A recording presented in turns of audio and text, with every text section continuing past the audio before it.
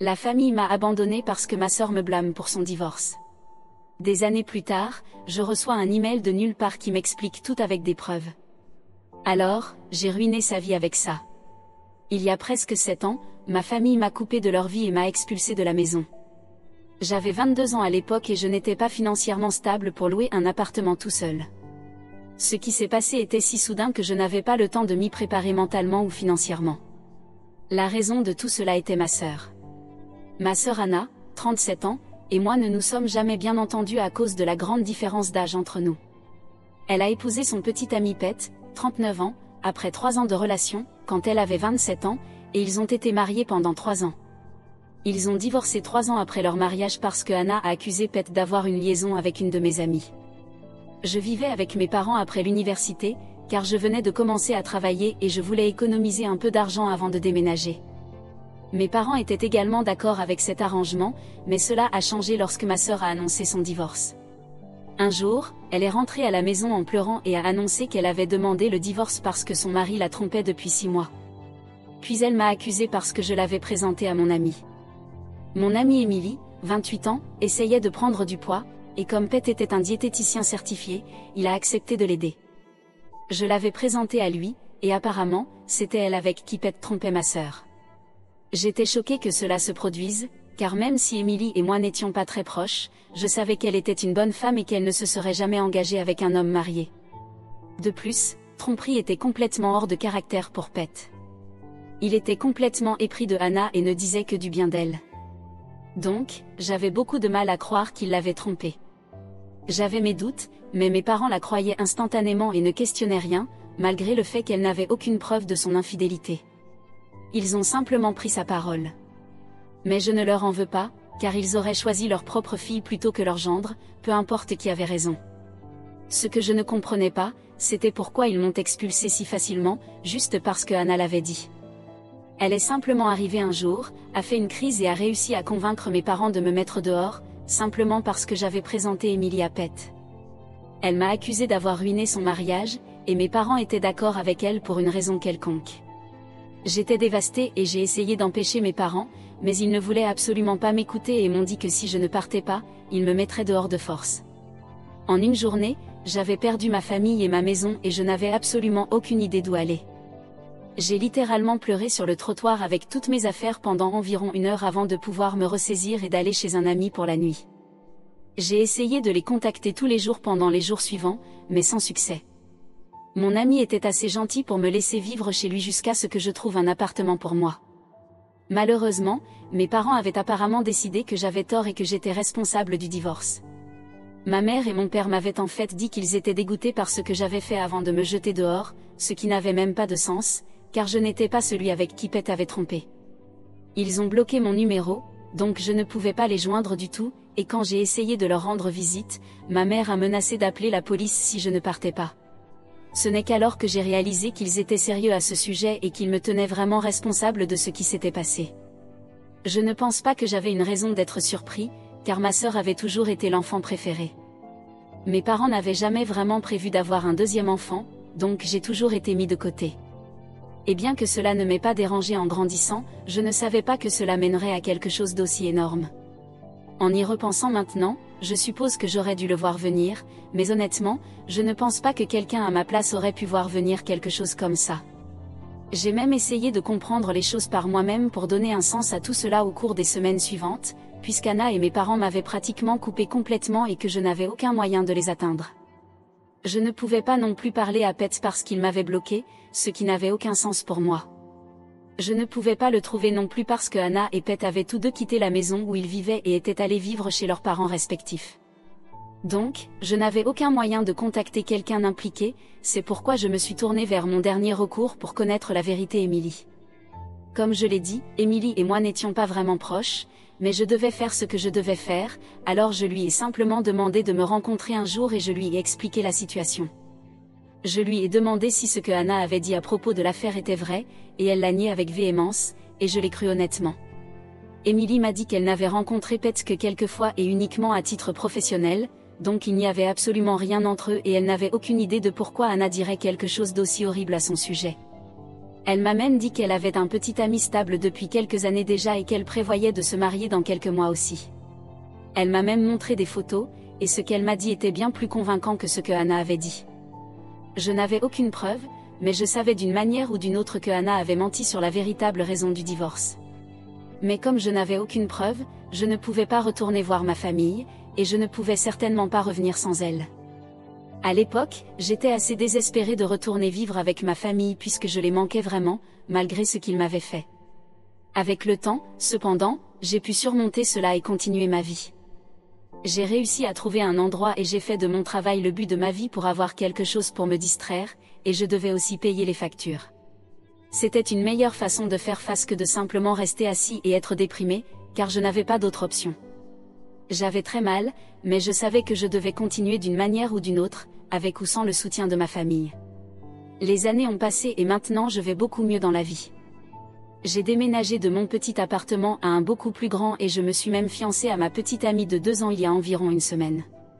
Notre poste de fiançailles a été un tournant pour moi, car quelques jours seulement après ce poste, j'ai reçu un email de nulle part qui m'a non seulement expliqué toute l'histoire du divorce de Anna et m'a donné toutes les réponses dont j'avais besoin, mais a également fourni des preuves. Ma fiancée Lisa, 30 ans, nous postait normalement seulement sur Instagram, mais la photo de nos fiançailles a également atterri sur son profil Facebook, où elle avait un public plus large. C'était aussi un post public, et beaucoup de gens l'ont vu, y compris mon ex-beau-frère Pete. Il était quelqu'un que ma fiancée avait rencontré lors d'un séminaire il y a quelques années, car elle était médecin, et elle l'avait ajouté sur Facebook, ce qui lui a permis de me retrouver. Le monde est vraiment petit, et pour la première fois, j'en étais content. Il m'a contacté quelques jours après notre post, mais au lieu de m'envoyer un message sur les réseaux sociaux, il a décidé de m'envoyer un email anonyme. Il a expliqué plus tard qu'il avait fait cela pour ne pas se sentir bizarre à ce sujet, car cela faisait plusieurs années depuis son divorce et il ne voulait pas avoir l'air d'un mauvais perdant qui n'avait toujours pas réussi à tourner la page. De plus, c'était lui qui m'avait bloqué en premier lieu, donc il se sentait étrange et conscient de reprendre contact avec moi à propos de quelque chose qui s'était passé il y a tant d'années. Le contenu de l'email que j'ai reçu avait l'histoire complète et des preuves de ce qui s'était passé il y a 7 ans, et je ne pouvais pas en croire mes yeux en le parcourant. Apparemment, c'était ma sœur qui avait trompé Pete, et non l'inverse, comme elle nous l'avait dit depuis si longtemps. Non seulement c'était un énorme mensonge, mais encore plus intéressant, c'était le fait qu'elle avait trompé Pete avec un de mes amis, tout comme elle l'avait accusé de le faire. Mon ami Frank, 28 ans, était caissier à l'épicerie près de la maison de Anna à l'époque, et je n'aurais jamais fait le lien moi-même, car je ne les avais littéralement jamais vus ensemble.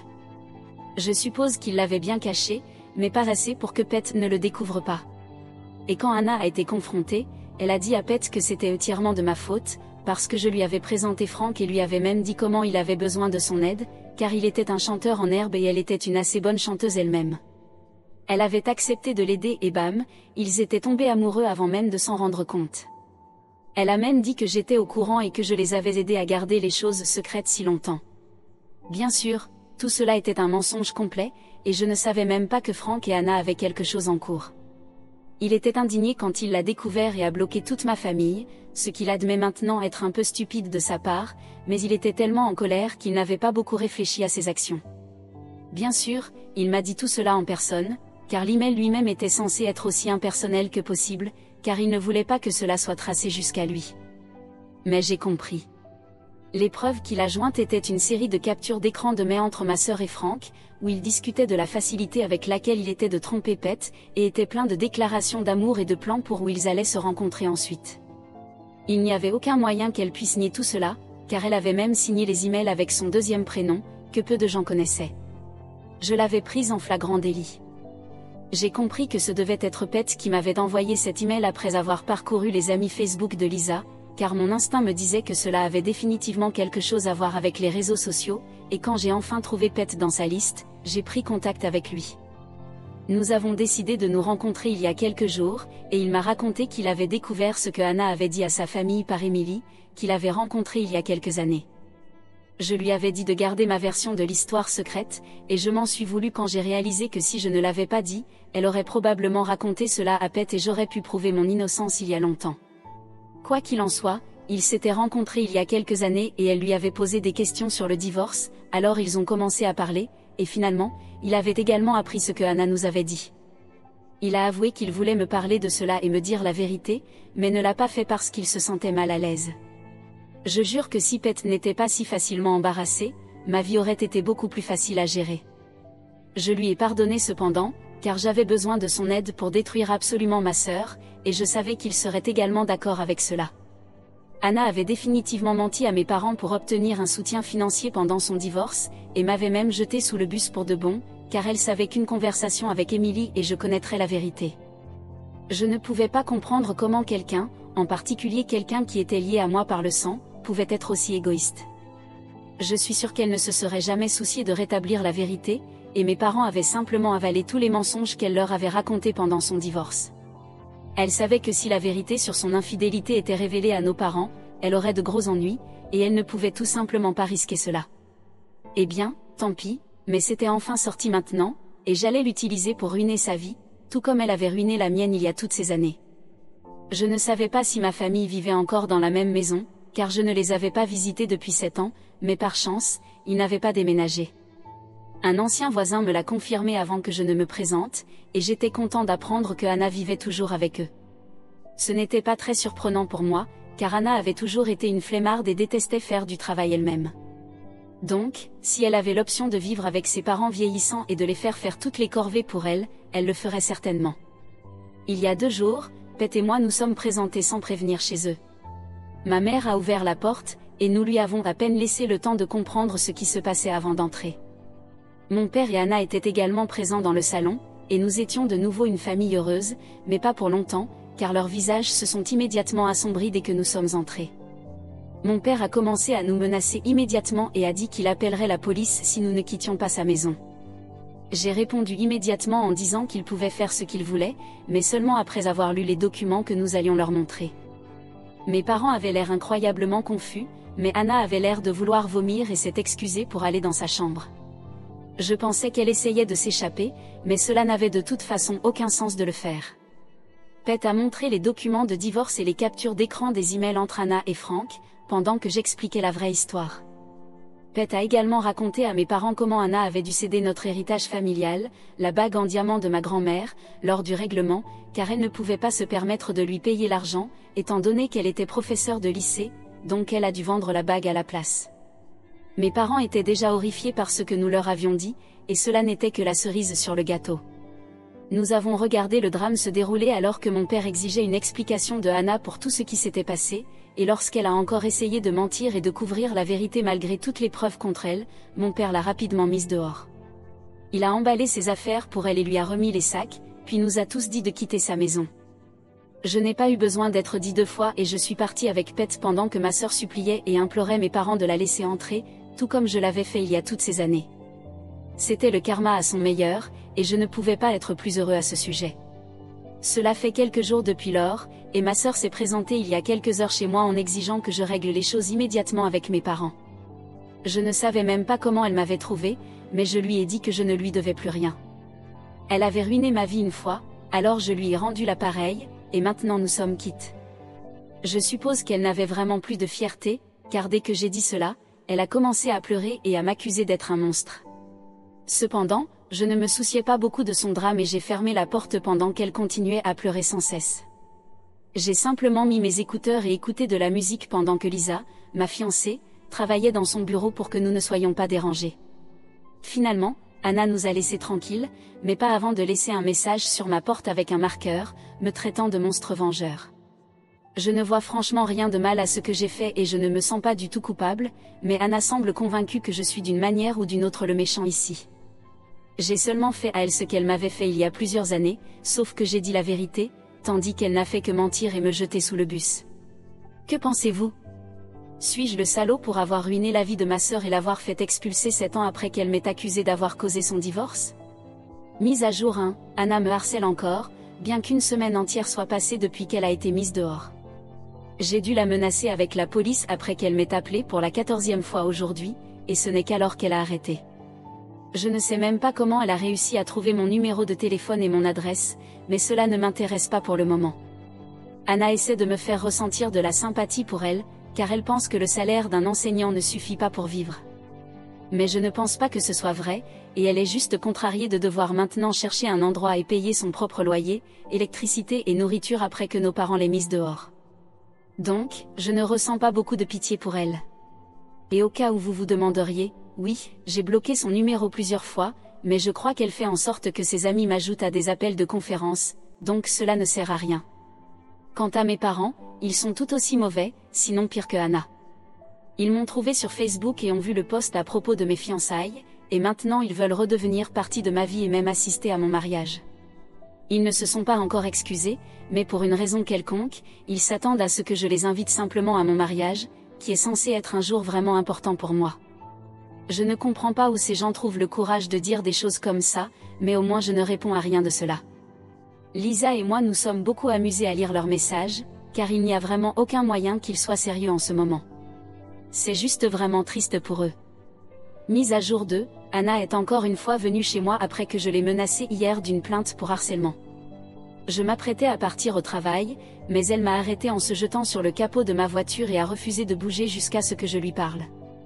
C'était assez exaspérant, et cette fois, j'ai effectivement appelé la police. Ils l'ont emmenée pendant qu'elle criait et pleurait et faisait de son mieux pour me montrer comme le méchant ici, mais malheureusement, personne n'achetait son acte de fille triste ici. Cela a pris un certain temps pour porter plainte contre elle, mais dès que j'ai fini, je suis partie au travail, car je ne voulais pas laisser ce petit incident ruiner ma journée. J'étais sûre que mes parents la sortiraient de toute façon, puisqu'elle était leur favorite, et j'avais raison. Mes parents, après l'avoir sortie, m'ont envoyé un long message sur la façon dont j'étais trop dure avec eux pour une erreur honnête qu'ils avaient commise il y a presque une décennie. C'était hilarant, car rien de ce que ma sœur et mes parents m'ont fait n'était ni honnête ni une erreur. Ils savaient ce qu'ils faisaient et étaient définitivement conscients de leur cruauté, mais cela ne les a pas empêchés de me jeter à la rue, bien qu'ils sachent que je n'avais aucun autre endroit où aller. Donc, maintenant que je peux leur faire la même chose, je ne vois aucune raison d'être indulgent et gentil.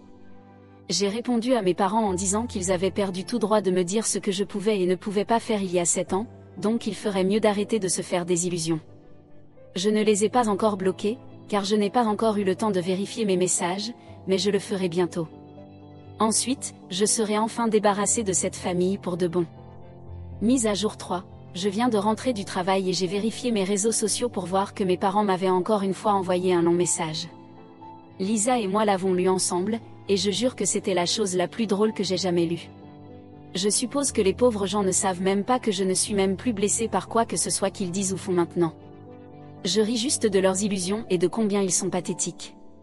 Apparemment, ils croient encore que nous sommes une famille, et ils m'ont dit qu'ils avaient repris Anna avec eux et avaient décidé que leurs 2 enfants méritaient une seconde chance, comme si j'avais jamais été en tort.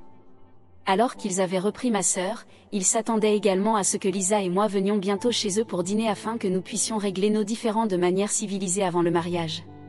C'est audacieux de leur part de supposer que je voudrais même qu'ils soient à mon mariage en premier lieu. Nous avons bien ri de leurs messages stupides, et après cela, j'ai écrit en retour en disant que je n'étais absolument pas intéressée par quoi que ce soit à quoi ils nous avaient invités et que j'étais tout à fait satisfait de vivre loin d'eux comme je l'avais fait ces 7 dernières années. Ils m'avaient montré que j'étais mieux sans eux, et je leur en serais éternellement reconnaissant. Je n'avais plus besoin d'eux, et je ne voulais pas non plus de leur soi-disant pardon, donc ils pouvaient continuer paisiblement à jouer à la famille heureuse avec ma sœur comme ils l'avaient fait jusqu'à présent. Avec ce dernier message, je les ai bloqués une fois pour toutes, car je ne voulais même plus des rires. J'étais finie et j'étais sortie. Je suis sûre qu'ils essaieront bientôt de reprendre contact avec moi d'une manière ou d'une autre, mais tant pis pour eux, je ne le permettrai plus. Lisa est la seule famille dont j'ai besoin maintenant, et je suis heureux juste avec elle. Mes parents et ma sœur n'ont malheureusement jamais pu voir au-delà d'eux-mêmes, et je doute fortement qu'ils le feront jamais. Alors, la prochaine fois qu'ils essaieront de me contacter, ils parleront à mon avocat aussi, et c'est une promesse.